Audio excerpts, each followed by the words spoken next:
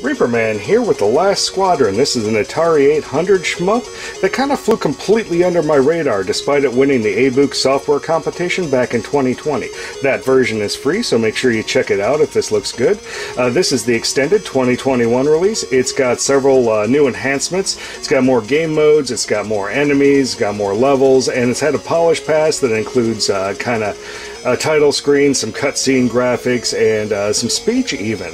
So if this looks good, make sure to check it out over at Soft. The digital release is only something like $6.50. Physical releases are going to run you something like $50. Now we're at my workbench today, and I'm testing out a MiSTer setup that I picked up off of eBay. I've got some plans for this one. I'll talk about those in a chapter later on in this video. But enough of this. Let's kind of jump into the last Squadron here, and let's just go ahead and hit the fire button until we start a normal mode game. This is actually a 2-button game, but you can play it with single buttons. You just have to activate your special with the rapid taps of the A button instead of hitting the B button. Alright, so we do have auto fire in this game. Just hold it down and away you go. When you take out an entire wave, you do get 200 points, and this game is a little stingy on points, so those little exploding points are pretty important. That, by the way, was a speed up I picked up. This is a power up from my main weapon. They got a little farther apart there. This game's power up system works a little differently to most games. Ooh, just took a bullet there, so that decreased my shield. That's those little blue arrows in the center top of my screen there. Now, if an enemy were to ram into me, that would actually insta-kill me. The shield is only good for bullets, and the shield is really only good, I believe, in normal mode. I believe arcade and hardcore mode, you just insta-dead. Let's see what kind of power-up this is. This is a shield power-up, so it increases my shields up at the top, and it also gives me one more special weapon down at the bottom here. Now, you do have a maximum of 3 special weapons, so I don't think it actually incremented that. Let's go ahead and tap on the B button to activate it. So this is a limited time kind of super blaster thing. Make sure you stay away from the bottom of the screen, because enemies come from the bottom of the screen in this game. So let's do another super blaster here, or whatever it's called. Now, every time you pick up any kind of power-up off of the ground, it is going to increase your count of that special time-limited weapon. And this one actually increases the duration of your time-limited weapon, so that's a nice power-up to have. We should be coming up on the mini-boss soon. Oh, another weapon power-up. Boom. Let's make sure to stay in front of this guy. This guy's time-limited, so we have to shoot him in his face as fast as possible.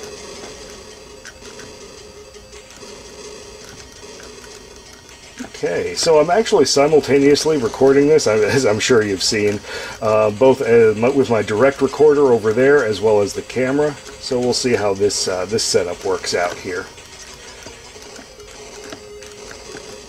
I'm also using my MOS Super Pro stick today, and that's via Damon Byte adapter on the MiSTer here, so super low latency. But there's some MOS news actually. So there's actually a new run of these things, and I believe it is Scanline City, which is a YouTuber, is partnering up with Arcade Shock to get another run of MOS sticks out. The creator of the MOS stick, Tao Win, I believe his name is, he died back in 2021, so this might be your last chance to get a MOS stick. They will not be cheap though. Right now they're available as empty cases for $300, and I don't think I need a $300 project case, basically. Barely survived that one. Gotta remember to stay away from the bottom of the screen. Nothing in this game kills you faster than getting too close to the bottom of the screen when those baddies come up. We should be pretty close to the boss now, I think, actually. Let's see what we got here. Boom. I activated my special weapon there because I was picking up the next one. Whoop. I think I might actually get more points if I don't do that, but yeah, I don't need points. Okay, now this guy shoots out regular bullets, which deplete my shield, and he shoots out missiles, aka little enemies, so don't hit those. Those will one-hit you. And here's our little intermission jingle and graphic. This is a very polished shmup considering it's an Atari 800. So this actually looks less like an 8-bit computer game and a lot more like a 7800 game. So Atari actually has 3 different generations of 8-bit systems, and this is kind of in the middle one, the computer generation. It came home to consoles twice, first as the 5200, then later as the XEGS or XEGM, depending on how you want to count that one. Boom. But it looks a lot more like a later 7800 game, actually. Oop, speed up there. I just can't get over how polished this game is, though, and how smoothly it scrolls. Hopefully that's coming through on the direct capture.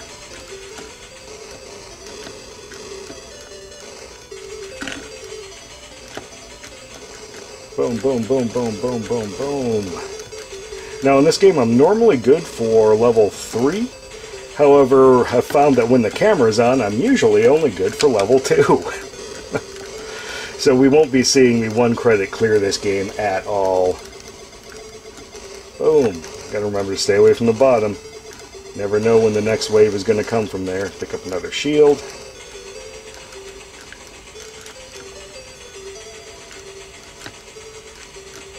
Boom. Boom. Oh, things are getting busy on screen.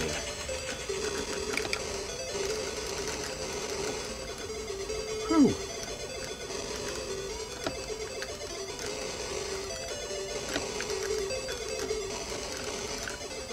And I think we should be due for a mid-boss here soon.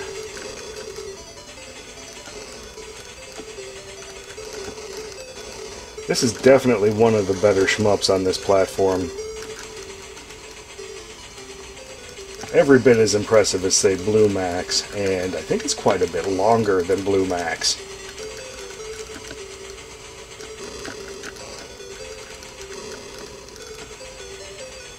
Oh, there's our mini-boss. Looks like some kind of a helicopter snowflake. Well, dead now, whatever it was. These are very long, generous levels, too. Which is good, because I kind of play shmups for the scenery. A lot of them, especially these days, focus a lot more on boss fights. Oof, that was a risky play that I just made there.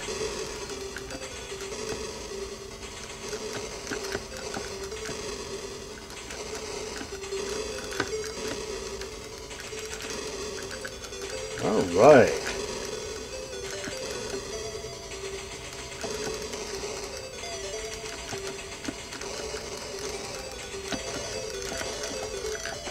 Boom! Picked up a shield I didn't need. That's better to not need them. Tumbling planes. Oh.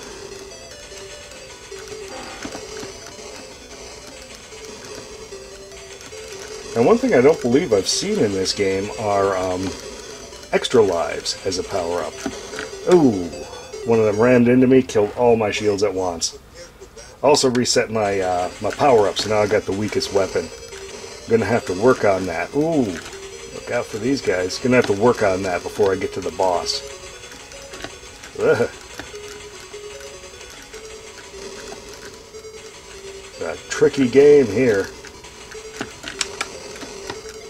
There's a power-up.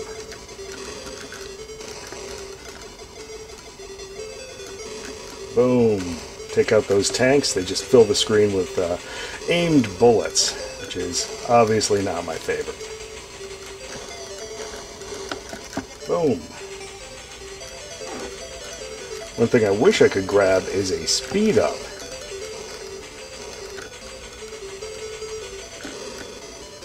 Nope, there's the boss. Alright, carefully take this guy out. Gotta really look out. Oop.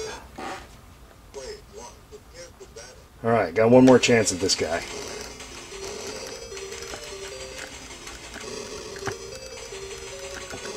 Not looking good. Already one of my hits is taken out.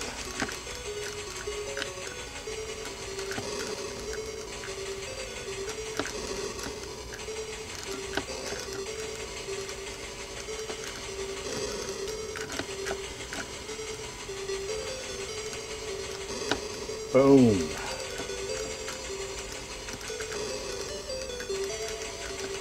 Alright, this is going to be my only power-up, I think. Assuming I can get it. Boom. Whew. Weapon power-up, always welcome. Hey, here we go. Oh, so close. Anyway, that was the second boss there. So let's go ahead and let's enter our name in, and away we go. For these purposes, I think A is enough. Now, to talk a little bit about this setup here. So I bought a second MiSTer off of eBay. And the reason I did that is I have a Neo Geo MVS arcade cabinet downstairs, and darned if I can't tell the difference on Neo Geo between the MiSTer and any of my, you know, consoleized or arcade systems.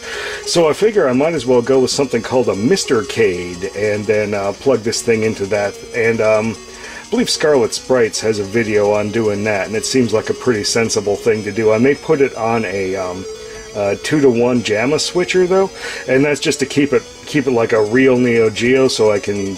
Well, it would really bug me if it wasn't a real Neo Geo anymore.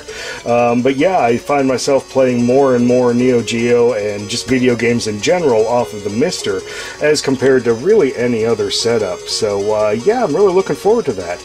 And over here I've got an AverMedia Live Gamer Portable 2. It's been doing the direct recording for the day here, and its kind of trick is that it can be standalone. It doesn't need to be tethered to a PC.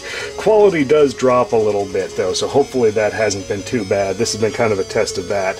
And when I get this thing down into the MVS system, I'm definitely going to be taking along the second AverMedia here. Now, unfortunately, the reason I bought this thing used is MiSTers have gotten next to impossible to buy, and everywhere you go, even just basic accessories are now put your email into the list and we'll let you know if they ever become available again. And that's kind of a bummer, so I'm already on an email list for like an MT32 Pi Lite that'll give me some better MIDI in some of the other cores there. That's going to be for my main MiSTer over here though. I'm also on a waiting list for like a different power adapter for this thing. Like it fits into the back. It's much slicker than the on-cord version. Stuff like that. It's just basically, I didn't think there was ever going to be a chance where I could get the MiSTercade and a MiSTer board at the same time. So I just went ahead and I bought one off of eBay. Scalper prices weren't that bad on it, I suppose. But yeah, that's pretty much that. So I guess if you hang on, I'm going to have some more gameplay where I actually do make it to level 3. There won't be any commentary in it, but you can have probably a better look at how the game goes here. And until next time, Reaper Man out.